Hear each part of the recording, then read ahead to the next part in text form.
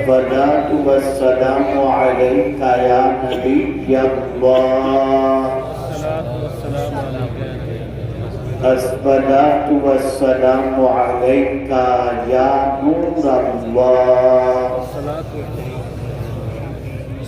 وعلى آلك وأصحابك يا حبيب الله صلی اللہ تعالی علیہ وسلم۔ میرے پیارے آقا صلی اللہ تعالی علیہ وسلم کے پیارے دیوانوں، ہم اور آپ ایک ایسے ادارے کے دامن میں موجود ہیں جس ادارے کی بنیاد اہل سنت و جماعت کی وہ ابتری شخصیت جن کے حوالے سے اگر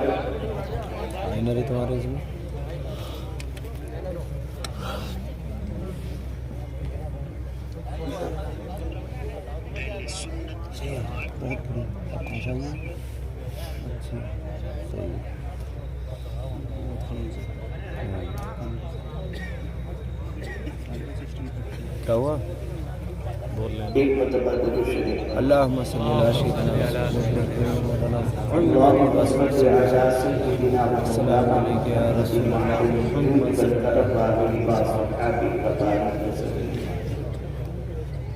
وہ عقلی شخصیت جن کے حوالے سے میں ایک بات کر سکتا ہوں کہ جب حضرت یار علی رحمت اللہ تعالی علیہ کی ملاقات سرکار حضور مفتی اعظمین علیہ رحمت اللہ سے ہوئی، اس وقت حضور مفتی اعظمین علیہ رحمت اللہ ضعیفی کی تحدیث پر قدم رکھ چکے تھے۔ ملاقات کے وقت حضرت یار علی علیہ رحمت اللہ نے حضور مفتی اعظمین علیہ رحمت اللہ کے کاندھوں کو بوسا ہے۔ دیکھنے والوں نے جب دیکھا تو کہا حضور عقیدت میں لوگ دست بوسی کرتے ہیں، احترام میں پیشانی چومتے ہیں یا قدم بوسی کرتے ہیں، پہلی بار کسی کو کاندھا چومتے میں نے دیکھا ہے۔ یہ کاندھا چومنے کی وجہ کیا ہے؟ جب آپ نے فرمایا گیا اس عمر میں بھی جس نے سنیت کا بوجھ اپنے کاندھے پر اٹھا رکھا ہے، یہ کاندھا ہے ہی ایسا کہ اس کو چوما جائے۔ بے شک، سبحان اللہ۔ اگر آج راجستھان کی سرزمین اور اس کے علاوہ بہت سارے مقامات پر سنیت کا چراغ جلتا ہوا دکھائی دیتا ہے تو حضور مفتی اعظم راجستھان جو ضعیفی کی دہلیز پر ہی نہیں بلکہ مکمل ضعیف ہونے کے باوجود بھی آٹو رکشہ کے اندر سفر کر کر کے ہر کام کرنے والے کی حوصلہ افزائی اور انہیں دعاؤں سے نواز کر ہر گلی کوچے میں سنیت کے چراغ کو انہوں نے روشن فرمایا ہے۔ یقیناً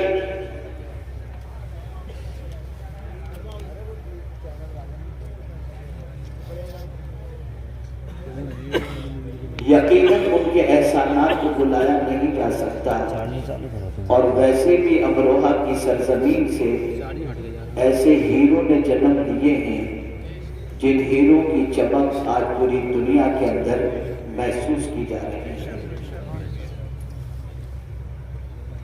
میں چونکہ اب پہلے یو پی کم آتا تھا، اب تھوڑا سا آنے لگا،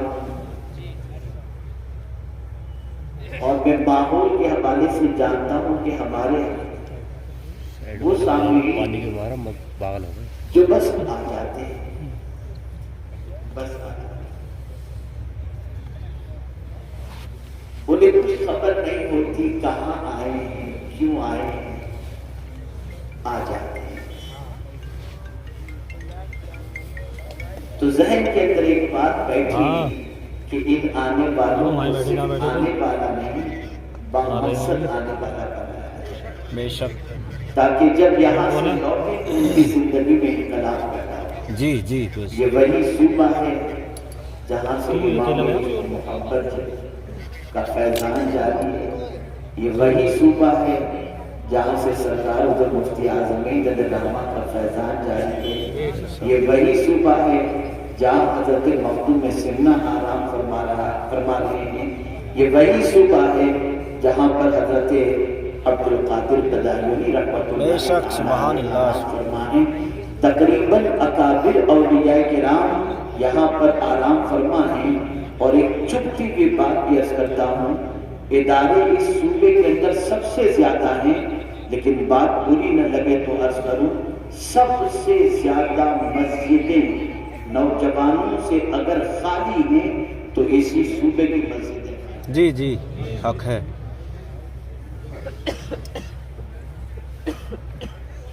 میں صرف نماز پر گفتگو کرنا نہیں چاہتا، میں کچھ آج آپ کو ایسی بات سمجھانا چاہتا ہوں کہ جو اسلام کا حسن آپ کی زندگی میں شامل ہو جائے تو اس حسن سے آپ دوسروں کو بھی حسین بنا سکتے ہیں اور دوسروں کی زندگیوں میں بھی انقلاب پیدا کر سکتے ہیں۔ حضرت عمرو بن عباس رضی اللہ تعالی عنہ یہ قدیم الاسلام ہے، اسلام قبول کرنے والوں میں آپ کا چوتھا نمبر ہے، آغوش اسلام میں قدم رکھ چکے، دامن مصطفیٰ صلی اللہ علیہ وسلم تھام چکے، اور آپ اچھی طریقے سے جانتے ہیں کہ ابتدائی اسلام کے اندر آغوش اسلام میں قدم رکھنا کئی مصیبتوں کو دعوت دینے کے مترادف تھا، باوجود اس کے حضرت عمرو بن عباس رسول اعظم صلی اللہ علیہ وسلم کی غلامی قبول کرتے ہیں اور داخل اسلام ہوتے ہیں۔ داخل اسلام ہونے کے بعد کچھ عرصہ گزرا کہ رحمت عالم صلی اللہ علیہ وسلم کی شب و روز کی کاوشوں کو وہ محسوس کرتے ہیں کہ رحمت عالم صلی اللہ علیہ وسلم صبح نکلتے ہیں اور لوگوں کو دعوت دیتے ہیں اور شام لوٹتے ہیں تو تھکے ہوئے ہوتے ہیں، لفظوں کے تیر چلتے ہیں، کبھی پتھر برسائے جاتے ہیں، کبھی کانٹے بچھائے جاتے ہیں، کبھی پھپتیاں کسی جاتی ہیں، اور نہ جانے کس کس طریقے سے قلب مصطفیٰ صلی اللہ علیہ وسلم کو اذیت پہنچائی جاتی ہے۔ حضرت عمرو بن عباس اس منظر کو دیکھتے تھے۔ حضرت عمرو بن عباس رضی اللہ تعالیٰ عنہ اسلام قبول کرنے کے بعد پوچھتے ہیں من معک علی ھذا الامر، یا رسول اللہ صلی اللہ علیہ وسلم یہ جو دین کا کام آپ کر رہے ہیں تو اس دین کے کام کرنے میں آپ کے ساتھ کون کون ہے؟ تو اللہ کے رسول صلی اللہ علیہ وسلم نے فرمایا عبد وعبد، ایک آزاد ہے اور ایک غلام ہے۔ آزاد سے مراد افضل البشر بعد الانبیاء سیدنا صدیق اکبر رضی اللہ تعالی عنہ، اور غلام سے مراد حضرت بلال رضی اللہ تعالی عنہ۔ اس سوال کے بعد رسول اعظم صلی اللہ علیہ وسلم سے جو انہوں نے سوال کیا اسلام قبول کرنے کے بعد، یا رسول اللہ صلی اللہ علیہ وسلم اسلام کیا ہے؟ بس اسلام ہو یا رسول اللہ، مسلمان ہو چکے ہیں، کلمہ پڑھ چکے ہیں، داخل اسلام ہو چکے ہیں، اس کے بعد بھی پیغمبر رحمت صلی اللہ علیہ وسلم سے پوچھتے ہیں من اسلام یا رسول اللہ، اسلام کیا ہے؟ آج مجھے وہی آپ کو سمجھانا ہے۔ میرے پیارے آقا صلی اللہ تعالی علیہ وسلم کے پیارے دیوانوں، کلمہ پڑھ لینے کے بعد آدمی آغوش اسلام میں قدم تو رکھ لیتا ہے، لیکن اسلام کے کچھ تقاضے ہیں، اسلام کی کچھ ریکوائرمنٹ ہے۔ اسلام چاہتا ہے کہ صرف تم نام کے مسلمان نہ بن کے رہو، بلکہ مسلمان اگر ہو تو کمپلیٹ مسلمان بن جاؤ۔ اللہ عز و جل نے فرمایا یا ایھا الذین آمنوا ادخلوا فی السلم کافہ، اے ایمان والو اسلام میں پورے پورے داخل ہو جاؤ۔ ظاہر سی بات ہے آپ کلمہ پڑھ کر مسلمان ہو چکے، آپ کو فائدہ ہوا، لیکن اسلام یہ چاہتا ہے کہ آپ کی ذات نفع بخش ہو۔ اسلام یہ چاہتا ہے کہ جس مذہب کے ماننے والے ہو اس مذہب کا حسن آپ کی زبان سے آپ کے کردار سے جھلکتا ہوا دکھائی دینا چاہیے. یہ نہیں کہ آپ مسلمان تو کہلا رہے ہیں لیکن کردار جاہلانہ آپ کا ہو, انداز بالکل بے وقوف والا ہو, زندگی آپ کی آوارگی کی دہلیز پر پہنچی ہوئی ہو. نہیں, بلکہ جب آپ نے مسلمان اپنے آپ کو کہا ہے تو آپ کی زندگی سے حسن اسلام جھلکنا چاہیے, حسن اسلام نمایاں ہونا چاہیے. اسی لیے اللہ کے رسول صلی اللہ علیہ وسلم سے حضرت عمرو بن عبس نے پوچھا, من اسلام یا رسول اللہ, اے اللہ کے رسول اسلام کیا ہے؟ اب جو اسلام حضور نے بتایا, اتنا بڑا مجمع یہاں پر موجود ہے, پوری دنیا کے اندر بڑی آبادی مسلمانوں کی موجود ہے, ملک کے اندر بے شمار مسلمان موجود ہیں. میں چاہتا ہوں کہ ان مسلمانوں کی زندگی میں وہ اسلام جو پیغمبر رحمت نے بتایا اس اسلام کو تلاش کرو. تو میں یقین کے ساتھ کہہ سکتا ہوں اس اسلام کو جب ہم مسلمانوں کی زندگی میں تلاش کریں گے تو دور تک وہ اسلام نظر آتا دکھائی نہیں دے گا. آپ سوچتے ہوں گے وہ اسلام کون سا ہے؟ جب پیغمبر رحمت صلی اللہ علیہ وسلم سے پوچھا گیا من اسلام یا رسول اللہ, اے اللہ کے رسول اسلام کیا ہے؟ تو میرے آقا صلی اللہ علیہ وسلم نے فرمایا طیب الکلام, بے شک, پاکیزہ بات کرنا.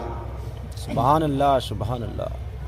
پاکیزہ بات کرنا یہ اسلام ہے. جی جی. تم اگر پاک اسلام قبول کر چکے ہو تو صرف تمہارا بدن پاک نہیں ہونا چاہیے, تمہارا وجود پاک نہیں ہونا چاہیے, جہاں نماز پڑھتے ہو وہ جگہ ہی صرف پاک نہیں ہونی چاہیے, تمہاری زبان بھی پاک اور زبان سے نکلنے والا جملہ کیا بات ہے, بے شک بے شک. طیب الکلام. ایک مسلمان جب زبان کھولے تو اس کی زبان سے نکلنے والے کلمات پاکیزہ ہیں.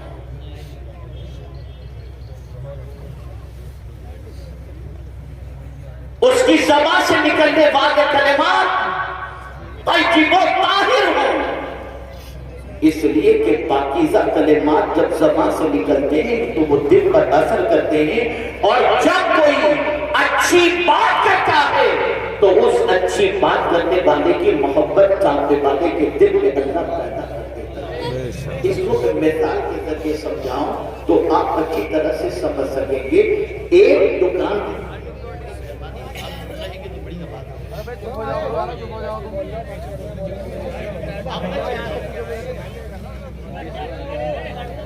ایک مطلب یار تم بھی اللهم صل على سيدنا اللهم صل على سيدنا مولانا محمد المعدل الجود والكرم والإخلاص سبحانه وبارك وسلم. سارا گناہ آپ کے سر پر ہے.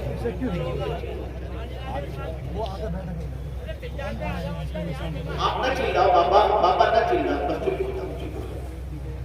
خاموشی سے سنو. شیطان نہیں چاہتا کہ کوئی اچھی بات آپ کے کان پر پہنچے, جی جی, اور جو شرارت کرے گا شیطان کو سپورٹ کرنے کے مترادف ہوگا. خاموشی سے سمجھنا. عرض یہ کر رہا تھا اچھی بات کا اثر ہے. آپ کسی دکان پر سامان خریدنے کے لیے گئے, آپ نے ایک پیس نکلوایا, نہیں یار یہ اچھا نہیں, دوسرا بتاؤ, دوسرا نکلوایا, یہ بھی اچھا نہیں, تیسرا نکلوایا, اور کوئی ڈیزائن ہو تو بتاؤ, اور کوئی ڈیزائن ہو تو بتاؤ, اور کوئی آئٹم ہو تو بتاؤ. 50 چیزیں آپ نے نکلوائی اور اس کے بعد آپ نے کہا کہ نہیں مجھے پسند نہیں ہے, اور آپ جانے لگے. تو آپ جانتے ہیں وہ سیلس میں جو اچھا ہوگا وہ کہے گا فکر نہ کریں, یہ پسند نہیں آیا نا, 10 دن کے بعد نیا اسٹاک آئے گا. اب 10 دن کے بعد آئے گا, آپ کو ہم نیا مال بتائیں. لیکن اگر ٹیڑھا سیلسمین لاس نے کہا کیوں پریشان کرنے کے لیے آ گئے تھے, کیا ٹائم پاس کرنے کے لیے ہماری دکان میں, آپ دوسری بار اس دکان میں نہیں جاؤ. لیکن جس نے یہ کہا کہ 10 دن کے بعد دوسرا نیا اسٹاک آئے گا, کوئی بات نہیں, یہ آپ کو پسند نہیں آیا تو آپ کہیں گے ذرا تمہارا کارڈ دے دو, ہم تم کو فون کر کے پوچھ لیں گے, نیا اسٹاک آئے تو بتا دینا. پتا چلا جب نرمی سے کوئی گفتگو کرتا ہے تو اس کی محبت اللہ دل میں پیدا کر دیتا ہے, لوگ اس سے محبت کر دیتے ہیں، اس کے قریب جانا شروع کر دیتے ہیں۔ اللہ اکبر! ڈاکٹروں کو یہی سکھایا جاتا ہے، ڈاکٹر کو بات کرنے کا لہجہ سکھایا جاتا ہے، بات کرنے کا انداز سکھایا جاتا ہے۔ اسی لیے مریض جب کسی طبیب کے پاس جاتا ہے اور ہزار بڑی بیماری میں گرفتار ہو، لیکن طبیب کہتے ہیں آپ فکر نہ کرو، سب ٹھیک ہو جائے گا، اس کی مسکراہٹ سے محبت بھرے جملوں کی بنیاد پر بیمار کی آدھی بیماری کی چھٹی ہو جایا کرتی ہے۔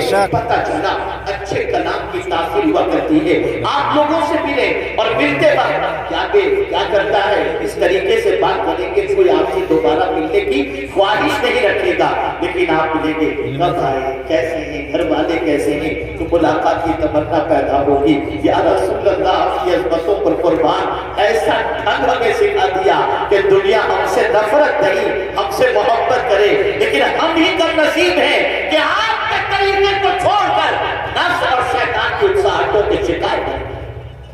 آج ہمارے لب و لہجے کو دیکھ لیجیے، ہمارے بات کرنے کے انداز کو دیکھ لیجیے، ہماری قوم تو پہچانی ہی جاتی ہے ماں بہن کی گالیوں سے۔ بے شک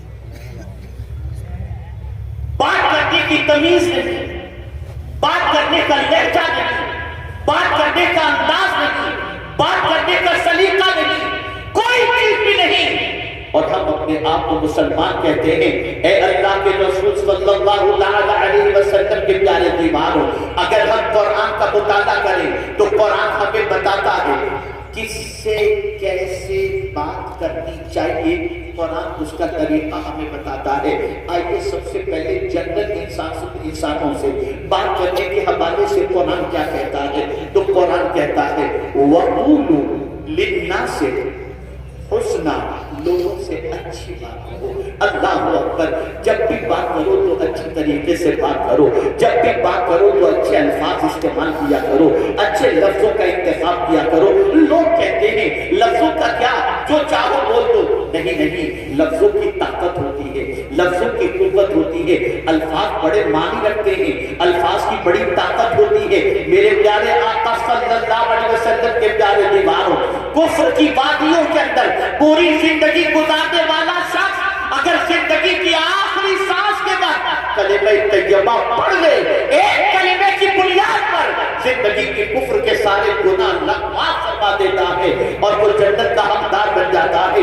ایک کلمے کی بنیاد پر جو اس نے زبان سے ادا کیا، اس کا کفر بھی مٹا اور اس کے گناہ بھی مٹ گئے، اور 60 سال شادی کی زندگی کے گزر چکے ہیں اور بڑی اچھی زندگی گزر رہی ہے، لیکن اگر غصے میں آنے کے بعد شوہر نے صرف 3 لفظ اپنی بیوی کو کہہ دیے، طلاق طلاق طلاق، تو زندگی کے لیے وہ حرام ہو جایا کرتی ہے۔ پتہ چلا لفظوں کو معمولی نہ سمجھو، زبان سے نکلنے والے الفاظ کو ہلکا نہ سمجھو، الفاظ کی بڑی قیمت ہوتی ہے۔ اگر یہ قیمت نہ ہوگی تو کبھی بخاری شریف کی آخری حدیث کے اندر یہ کہنا آتا کہ کلمتان خفیفتان، اللہ کلمتان حبیبتان الی الرحمن، خفیفتان علی اللسان، ثقیلتان علی المیزان۔ آپ ذرا سوچو تو صحیح، سبحان اللہ و بحمدہ سبحان اللہ العظیم، اگر کوئی پڑھ لے تو یہ کلمات ایسے ہیں جو رحمان کو محبوب ہیں، میزان پر وزنی ہیں، زبان پر ہلکے ہیں۔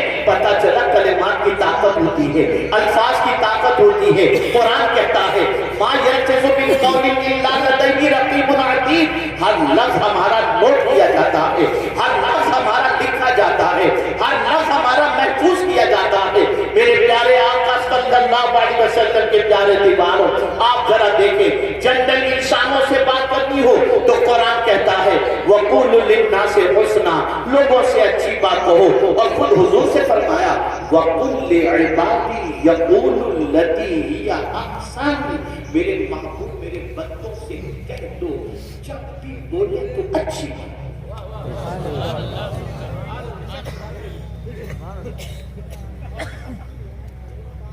جب بھی بولے اچھی بات۔ اللہ بگڑ ٹاپک ہے۔ حیرت و تعجب کی بات ہے، جس قوم سے لوگ بولنا سیکھتے تھے، آج اس قوم کی بولی کی وجہ سے لوگ اس سے نفرت کرتے ہیں۔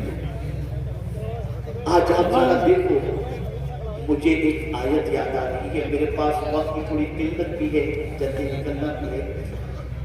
ایک بات میں کرتا ہوں، آج کیا ہو رہا ہے؟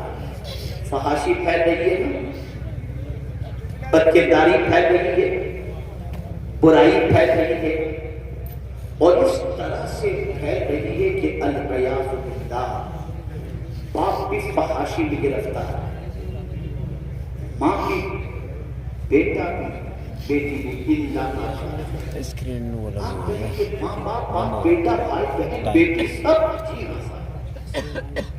کچھ بھی بات نہیں. سیریل دیکھنے کے لیے جب بیٹھتے ہیں ہٹانے کی دھیان نہ رہی ہے. کون سے ایسے مناظر ہوتے ہیں بیٹری چارجنگ پہ لگو. جو اچھے ہیں. ماں بھی دیکھ رہی ہے، بیٹی بھی دیکھ رہی ہے، بیٹا بھی دیکھ رہا ہے، بہو بھی دیکھ رہی ہے. جس کا تذکرہ کرنا باپ کے سامنے بیٹے کے لیے حجاب اور شرمندگی ہوتی تھی، آج وہی چیز سب مل کر کے بیٹھ رہے ہیں، مل کر کے بیٹھ کر کے دیکھ رہے ہیں. یہ ساری چیزیں ہو رہی ہیں. اب جانتے ہیں دور جاہلیت میں کیا ہوتا ہے اس فحاشی کے سلسلے میں؟ جب اس دور کے اندر لوگوں سے کہا جاتا کہ فحش کام نہ کرو، یہ بے حیائی ہے، بے حیائی سے بچو، فحاشی سے بچو، تو قرآن کہتا ہے کہ جو انہوں نے کہا تھا میرے وہ بھائی جو باپ بن چکے ہیں یا مستقبل میں شادی کے بعد باپ بننے والے ہیں، قرآن کی اس آیت کو پیش نظر رکھیں. والذین اذا فعلوا فاحشۃ قالوا وجدنا علیہا آباءنا واللہ امرنا بها قل ان اللہ لا یأمر بالفحشاء. آپ جانتے ہیں جب بے حیائی کرنے والوں سے کہا گیا کہ تم کیا کر رہے ہو، یہ بے حیائی ہے، تو جواب میں وہ بچے کیا کہتے تھے معلوم ہے؟ قالوا وجدنا علیہا آباءنا، ہم نے ہمارے ماں باپ کو ایسا ہی دیکھا. آج کا باپ اگر بیٹے کے سامنے بے حیائی کرے، آج کی ماں بیٹے کے ساتھ بیٹھ کر گندی پکچر دیکھے یا سیریل دیکھے اور اس کے بعد بچے کو بے حیائی سے روکنے کے لیے جب کہے تو قرآن نے پہلے ہی کہہ دیا کہ دور جاہلیت میں جو کہا جاتا تھا آج کا بیٹا وہی کہے گا. مجھے یاد ہے میرے ایک دوست نے مجھ سے کہا میرے بیٹا آؤٹ آف ٹریک جا رہا ہے، حضرت ذرا اسے سمجھائیے. میں نے کوشش کی اور میں نے سمجھانے کی بھرپور محنت کی. کچھ دنوں کے بعد آپ جانتے ہیں میرے دوست نے مجھ سے کہا حضرت اب اس کو مت سمجھائیے گا، چھوڑ دیجیے اس کے حال پر. میں نے کہا کیا ہوا، کسی دن اللہ توفیق دے دے گا؟ کہا نہیں. ایک دن میں اپنے بیٹے سے کہا بیٹا تو جو کر رہا ہے وہ صحیح نہیں ہے. تو میرے بیٹے نے مجھے جواب میں کہا ابا جب آپ میری عمر کے تھے تو کیا کرتے تھے؟ آج جو لوگ بدکرداری سے اپنے دامن کو داغدار کر کے یہ تصور کرتے ہیں کہ ہم اپنی زندگی کو عیش و موج کے اندر گزاریں، یہ عمر ہے ہماری، کل تمہاری اولاد اللہ نہ کرے غلط راستے پر جانے کے بعد یہ نہ کہے کہ ہم تو وہی کر رہے ہیں جو ہمارے باپ. آج گالیاں وراثت میں مل رہی ہیں، آج چلم چلی وراثت میں مل رہی ہے، آج بدتمیزی وراثت میں مل رہی ہے، آج گھر گھر کے جھگڑے وراثت میں مل رہے ہیں. یہ ساری چیزیں گھروں سے نکل کر آتی ہیں اور پھر اس کے بعد وہی سوسائٹی میں پھیلتی چلی جاتی ہیں. اے رسول گرامی وقار صلی اللہ علیہ وسلم کے دیوانوں، تو یاد رکھو قرآن کہہ رہا ہے لوگوں سے جب بھی بات کرو تو اچھی بات کرو. اللہ اکبر. اب آئیے سب سے پہلے ہم سمجھتے ہیں یہ تو جنرل لوگوں کے حوالے سے بات ہو گئی. اب قرآن مقدس پوچھتے ہیں اے قرآن تو بتا اللہ سے بات کرنی ہو تو کیسے کریں، اللہ سے کلام کرنا ہو تو کیسے کریں، اللہ سے معروضات پیش کرنے ہو تو کیسے کریں. مسائل کے پہاڑ ٹوٹ رہے ہیں، تکالیف کی وادیوں سے گزر رہے ہیں، ایسا لگ رہا ہے کیا تکلیف کا آسمان ختم ہو جائیں گے، اب زمین میں زلزلہ پیدا ہوگا، ہم برباد ہو جائیں گے۔ معاشی بدحالی کے شکار ہیں، بچیاں جو ہے وہ جوانی کی دہلیز پر پہنچ چکی ہیں، کوئی رشتہ نہیں آ رہا، قرض کے بوجھ تلے دبے ہوئے ہیں، بیماریاں گھر کا ساتھ چھوڑنے کو تیار نہیں ہیں، لڑکے آبادی کے راستے پر جا رہے ہیں، ایسا لگتا ہے کہ مصیبت نے ہمارے گھر ہی کا رخ کر لیا۔ اس طریقے سے جب انسان گرفتار ہوتا ہے تو کیا کرتا ہے؟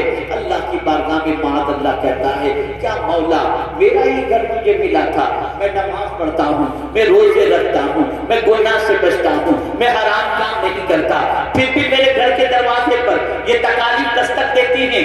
یہ وہ انسان کہے گا جو انسان قرآن کی روشنی میں اللہ سے بات کرنے کا طریقہ نہیں جانتا۔ آئیے میں آپ کو بتاؤں، حضرت ایوب علیہ السلام پر مصیبتوں کا کون سا پہاڑ نہیں ٹوٹا؟ سارے بچے شہید ہو گئے، سارے مکانات گر گئے، ساری جائیداد ختم ہو گئی، سارے مویشی ختم ہو گئے۔ حضرت ایوب علیہ السلام اپنی بیوی کے ساتھ روانہ ہو گئے، بیوی نے مرض کے اندر گرفتار دیکھا، عرض کرنے لگی، اے میرے سرتاج، آپ اللہ کے نبی ہیں، بارگاہ سمدیت میں دعا کریں گے، مصیبت ٹل جائے گی، صحت نصیب ہو جائے گی، آپ اللہ کی بارگاہ میں دعا کر دیجئے۔ اللہ اکبر، اللہ کے فرستادہ پیغمبر حضرت ایوب علیہ السلام ضرور یہ کہہ سکتے تھے، مولا میں تیرا نبی ہوں، تیرا بندہ ہوں، اے میرے کریم یہ جو پریشانیاں مجھے چھو رہی ہیں یا لگ گئی ہیں یا آ گئی ہیں، مولا اسے دور فرما دے۔ نہیں، انداز سکھاتے ہیں کہ اللہ کے بندو تمہیں تکلیف جب آ جائے، جب مصیبتیں تمہارے دروازے پر دستک دیں اور جب تم پریشانیوں میں گر جاؤ تو تمہاری زبان سے اللہ کی بارگاہ میں کیسے کلمات نکلنے چاہیے۔ اللہ اکبر! حضرت ایوب علیہ السلام ایسی تکلیف میں کہ بچے، مال، جائیداد سب کچھ ختم ہونے کے باوجود بھی جب اللہ کی بارگاہ میں عرض کرتے ہیں تو جو کہتے ہیں، رب انی مسنی الضر وانت ارحم الراحمین، میرے رب مجھے مصیبت نے چھوا، ٹچ کیا، اور تو سب سے زیادہ رحم کرنے والوں میں رحم کرنے والا ہے۔ اللہ اکبر! انداز دیکھیے، مصیبت میں شکوہ نہیں، اللہ کی بارگاہ میں معروضہ پیش کرنے کا طریقہ سکھایا جاتا ہے۔ جب کوئی بندہ اس طرح سے عاجزی اور انکساری کے ساتھ رب سے شکوہ کرنے کی بجائے رب کی عظمتوں کو، رب کی رحمت کو پکارتا ہے تو پھر مولا کس طریقے سے کرم فرماتا ہے؟ رب نے فرمایا، ارکض برجلک ھذا مغتسل بارد وشراب، ٹھوکر مارو اپنے پیر کی، جو پانی نکلے اسے پیو اور بدن پر ڈالو، تمہیں شفا نصیب ہو جائے گی۔ حضرت ایوب علیہ السلام نے ٹھوکر ماری، پانی کا چشمہ نکلا، پانی پیے اور جسم پر لگائے، سارا مرض ختم ہو گیا، جوانی بھی پلٹ آئی۔ آپ اندازہ لگائیں تو رب نے بھی فرمایا، اِنَّا وَجَدْنَاهُ صَابِرًا، نعم العبد، کیا ہی اچھا بندہ ہے۔ پتہ چلا اے رسول اعظم کے دیوانوں، جس طریقے سے راحت خدا کی طرف سے ہے، تکلیف بھی خدا کی طرف سے ہے۔ اسی لیے صوفیاء کرام کی زبان پر کبھی شکوہ نہیں ہوتا تھا۔ جس طریقے سے ہم راحتوں کا استقبال کرتے ہیں، وہ اللہ کی طرف سے آنے والی مصیبتوں کا استقبال کرتے تھے۔ اس لیے کہ وہ کہا کرتے تھے کہ راحت کے اندر ہماری خوشی کا بھی دخل ہے، لیکن مصیبت میں تو صرف خدا کی خوشی کا دخل ہے، اس لیے کہ وہ چاہتا ہے تبھی مصیبتیں آتی ہیں۔ اے رسول گرامی وقار صلی اللہ علیہ وسلم کے دیوانوں، تو اللہ کی بارگاہ میں کیسے عرض کرنا چاہیے، یہ طریقہ قرآن سکھا رہا ہے۔ حضور کی بارگاہ میں کیسے عرض کرنا چاہیے، اللہ اکبر، تو قرآن کہتا ہے، یا ایھا الذین آمنوا لا تقولوا راعنا وقولوا انظرنا۔ اللہ اکبر! یا رسول اللہ نظر کرم کیجئے، رسول اعظم کی بارگاہ میں جب عرض کرنا ہو تو اس طریقے سے عرض کرو، اور اللہ اکبر، رسول کی آواز پر اپنی آواز کو بلند نہ کرو۔ آج تک آپ نے سنا ہے کہ تقویٰ اس کو کہا جاتا ہے جو بندہ اللہ سے ڈرے اسے تقویٰ، جو گناہوں سے بچے اسے تقویٰ، لیکن تقویٰ کا ایک انداز قرآن نے یہ بھی بتا دیا، اور اس تقوی کا معیار اتنا بلند بتا دیا کہ جس کی کوئی انتہا نہیں۔ قرآن کہتا ہے، ان الذین یغضون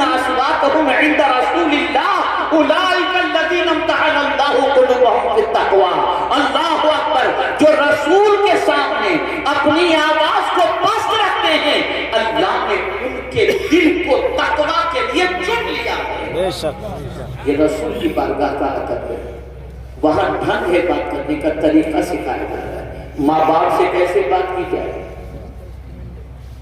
ماں باپ سے کیسے بات کی جائے، تو قرآن کہتا ہے اللہ اکبر وَقَضَىٰ رَبُّكَ أَلَّا تَعْبُدُوا إِلَّا إِيَّاهُ وَبِالْوَالِدَيْنِ إِحْسَانًا إِمَّا يَبْلُغَنَّ عِندَكَ الْكِبَرَ أَحَدُهُمَا أَوْ كِلَاهُمَا فَلَا تَقُل لَّهُمَا أُفٍّ وَلَا تَنْهَرْهُمَا وَقُل لَّهُمَا قَوْلًا كَرِيمًا۔ اللہ اکبر۔ بہت سارے یہاں دانشور ہوں گے، طبیب ہوں گے، ڈاکٹر ہوں گے، سائیکولوجسٹ ہوں گے، سائیکریٹسٹ ہوں گے، جانتے ہیں کہ بوڑھے کی سائیکولوجی کیا ہوتی ہے۔ ایک ماں یا باپ جب بڑھاپے کی دہلیز پر پہنچ جائے، ارمان سارے ختم ہو جاتے ہیں۔ اچھے پہننے کا ارمان نہیں، اچھے کھانے کا ارمان نہیں، اچھے گھر کا ارمان نہیں، اچھی گاڑی کا ارمان نہیں، اس لیے کہ عمر کے اس حصے میں پہنچ چکے ہیں جہاں بس زندگی کٹ رہی ہے۔ تو بڑھاپے میں ایک باپ اپنی اولاد سے کیا چاہتا ہے، ایک ماں اپنی اولاد سے کیا چاہتی ہے۔ اللہ اکبر۔ قرآن نے اس نفسیات کو سامنے رکھ کر کے بڑھاپے کے ہی دور کو یاد کروایا اور فرمایا اِمَّا يَبْلُغَنَّ عِندَكَ الْكِبَرَ أَحَدُهُمَا أَوْ كِلَاهُمَا۔ جوان کی بات نہیں فرمائی کہ جب تمہارے ماں باپ جوان ہو تو اف نہ کہو، حالانکہ جوانی میں بھی اف نہیں کرنا چاہیے، لیکن اگر تمہارے ماں باپ میں سے کوئی بڑھاپے کو پہنچ جائے تو ان دونوں میں سے کسی کو اف بھی نہ کہو، انہیں چھڑکو بھی نہیں۔ میرے قریب ان سے کیسے بات کریں؟ تو قرآن کہتا ہے وَقُلْ لَهُمَا قَوْلًا كَرِيمًا۔ ان سے عزت سے بات کرو، ان سے پیار سے بات کرو۔ بڑھاپے کی دہلیز پر پہنچنے والے ماں باپ اپنی اولاد سے کسی اور چیز کی تمنا نہیں رکھتے، ایک ہی تمنا رکھتے ہیں بچہ مجھ سے پیار سے بات تو کرے، یا جب دیکھو تب جھڑکتا رہتا ہے۔ اس عمر میں ہم کہاں جائیں، یہ باپ کہتا ہے۔ لیکن جب ایک بچہ اپنے باپ کے بڑھاپے کے پہنچنے کے بعد، ماں کے بڑھاپے میں پہنچنے کے بعد جب نرمی سے بات کرتا ہے، شفقت سے بات کرتا ہے، پیار سے بات کرتا ہے، بیٹا سو رہا ہوتا ہے، ماں کی دعائیں باب اجابت سے ٹکرا رہی ہوتی ہیں۔ اے اللہ، بڑھاپے میں جس طرح سے میری اولاد نے مجھے سکون کی دولت عطا فرمائی، تو بھی اسے سکون کی دولت سے مالا مال کر دینا۔ بڑھاپے میں ماں، لیکن آج بڑھاپے میں باپ کو بڑھا کہا جاتا ہے، ڈیڈ اسٹاپ کہا جاتا ہے، چھڑکا جاتا ہے، گھسٹ کہا جاتا ہے، نہ جانے کیا کیا کہا جاتا ہے۔ یہ سب اس لیے کہا جاتا ہے کہ تم نے قرآن سے کس سے کیسے بات کی جائے تم نے یہ سلیقہ نہیں سیکھا، یہ طریقہ نہیں سیکھا۔ ارے یہاں تک سربراہ مملکت سے بات کرنی ہو، وقت کے حکمران سے بات کرنی ہو، خدا کی قسم اس کا طریقہ بھی قرآن سکھاتا ہے۔ آؤ میں تمہیں بتاؤں، حضرت موسیٰ علیہ السلام کو، حضرت ہارون علیہ السلام کو، دونوں کو جب رب قدیر فرعون کی طرف بھیجتا ہے تو فرماتا ہے وَقُولَ لَهُ قَوْلًا لَيِّنًا، تم دونوں اس سے نرمی سے بات کرنا۔ اللہ انداز تو دیکھیں قرآن کا، کس سے کیسے بات کی جائے، قرآن کیوں سکھاتا ہے۔ بس ایک آخری بات عرض کر دوں، اس لیے کہ وقت اجازت نہیں دیتا کہ مزید اس پر گفتگو کر سکوں۔ آپ جانتے ہیں یہاں تک کہ مانگنے والا دروازے پر سائل آئے، اس سے کیسے بات کی جائے اس کا انداز بھی قرآن سکھاتا ہے۔ مانگنے والے سے، ماہ رمضان آ رہا ہے، لائن لگے گی، ہر قسم کے مانگنے والے، کچھ اپنے لیے مانگیں گے، کچھ قوم کے لیے مانگیں گے، کچھ آپ کی آخرت کے لیے مانگیں گے، کچھ آپ کے فائدے کے لیے مانگیں گے، ساری چیزیں۔ تو کوئی کہے گا کلانا کیا بار بار دروازے پہ آتے ہیں، لیکن قرآن کہتا ہے قول معروف خیر من صدقۃ یتبعها اذی۔ کوئی مانگنے والا اگر تمہارے دروازے پر آئے اور تم دو بھی اور اس کا دل بھی دکھاؤ اور کہو تجھے کوئی اور دروازہ نہیں ملتا، جب دیکھو تب آ کر کے میرے دروازے پہ کھڑا رہتا ہے، لے چل جا. قرآن کہتا ہے اس سے بہتر تھا, اس دینے سے بہتر تھا کہ تو اتنا کہہ دیتا کہیں. اور آپ دیکھ لیجئے, مجھے معذرت میری قبول کر لیجیے, اچھی بات کہہ کے اس کو رخصت کر دیتا. یہ تیرا اچھی بات کرنا اس دینے سے بہتر ہے جس سے اس کا دل دکھ جائے. یہ قرآن سے کہا, یہ قرآن سے کہا. بات کرنے کا شوق بھی بہت سب ہوتا ہے, بات کرتے رہتے کرتے کچھ بھی بولتے رہتے. کیا بولے؟ بس ایک حدیث. اور میں آپ سے پھر عرض کروں گا, آج تک رسمی طور پر جلسوں میں آنے کے آبادی رہے, اب رسم سے نکلو, سیکھنے کی غرض سے آؤ, بدلنے کی غرض سے آؤ, سن کر عمل کی غرض سے آؤ. حضرت فضیل بن عیاض علیہ رحمت و رضوان جب شہر کے اندر ایک عظیم خطیب خطابت کے لیے تشریف لائے تو اپنی ماں سے اجازت لیتے ہیں, ماں مجھے اجازت دے تاکہ میں جا کر کے اس خطیب کا خطاب سنوں. ماں نے کہا جاؤ بیٹے, لیکن کیوں سننے جا رہے ہو؟ ماں بہت اچھے خطیب ہے, بہت اچھی گفتگو کرتے ہیں, اس لیے سننے جا رہا ہوں. کہا نہیں بیٹے اس لیے مت جاؤ, جانا ہے تو اس نیت سے جاؤ کہ جو کچھ بھی وہ نصیحت کریں گے اس پر عمل کرو. اگر یہ نیت تمہاری نہیں رہی تو سیکھ کر آنے پر عمل نہ کرنے کی بنیاد پر اللہ تمہیں دوہرے گناہ کے اندر گرفتار فرمائے. ہمیں نیت نہیں. آپ کیا سمجھتے ہیں محفل معمولی محفل؟ یہی محفلیں ہیں جن محفلوں میں زندگیاں بدلتی ہیں. لیکن ہم آتے ہیں بے وضو آ گئے, ایسے ہی آ گئے, چلو جاتے ہیں, چلو دیکھتے ہیں, چلو گھومتے ہیں, چلو یہ کرتے ہیں, چلو وہ کرتے ہیں, باقی کچھ بھی نہیں. اس میں کورے آتے ہیں, کورے چلے جاتے. آقا کریم صلی اللہ علیہ وسلم نے ارشاد فرمایا, جو شخص, اس حدیث کو ہمیشہ کے لیے ذہن میں محفوظ کر لو, جو شخص اللہ اور یوم آخرت پر ایمان رکھتا ہو اسے چاہیے کہ اچھی بات کرے ورنہ چپ رہے. یہ حضور کا ارشاد ہے. اور رسول اعظم صلی اللہ علیہ وسلم نے ارشاد فرمایا, جو شخص اپنی زبان اور شرمگاہ کی حفاظت کا ذمہ لے میں اس کی شفاعت کا ذمہ لیتا ہوں. یہ زبان, دو چیزیں یاد آتی ہے اثر کے گفتگو کا. ایک چیز عبادت میں لذت نہیں ہوتی, نماز پڑھتے ہیں چلے کچھ پتہ ہی نہیں چلا. اس کو میں سمجھاتا تو آپ سمجھ جائیں گے. آج کے دور کے اعتبار سے کیسے سمجھیں گے؟ کھانا کھا رہے ہیں, کسی کا فون آ گیا, بات بھی کرنے کھا رہے, کیا کھایا پتہ ہی نہیں چلا. کیا کھایا پتہ ہی نہیں چلا, ذائقہ ہی سمجھ میں نہیں آیا, اس لیے کہ فون کر لگے تھے, توجہ نہیں بٹی تھی. ایسے ہی عبادت کی بھی لذت ہوتی ہے, عبادت کا بھی ذائقہ ہوتا ہے. سچ بتاؤ, نماز پڑھ کر کے کون سی لذت ملی؟ اور اگر نماز میں لذت نہ ہوتی تو غوث پاک 40 سال تک عشاء کی خصوصی فجر کی نماز ادا نہ ہوتی. اگر عبادت میں لذت نہ ہوتی تو مولا علی قدم اللہ تعالی وجہہ الکریم نہ فرماتے کہ حالت نماز میں تیر نکال لینا مجھے پتہ نہیں چلے. یہ لذت, ارے موت میں بھی لذت ہے. کل نفس ذائقہ, کل ذائقہ ہے.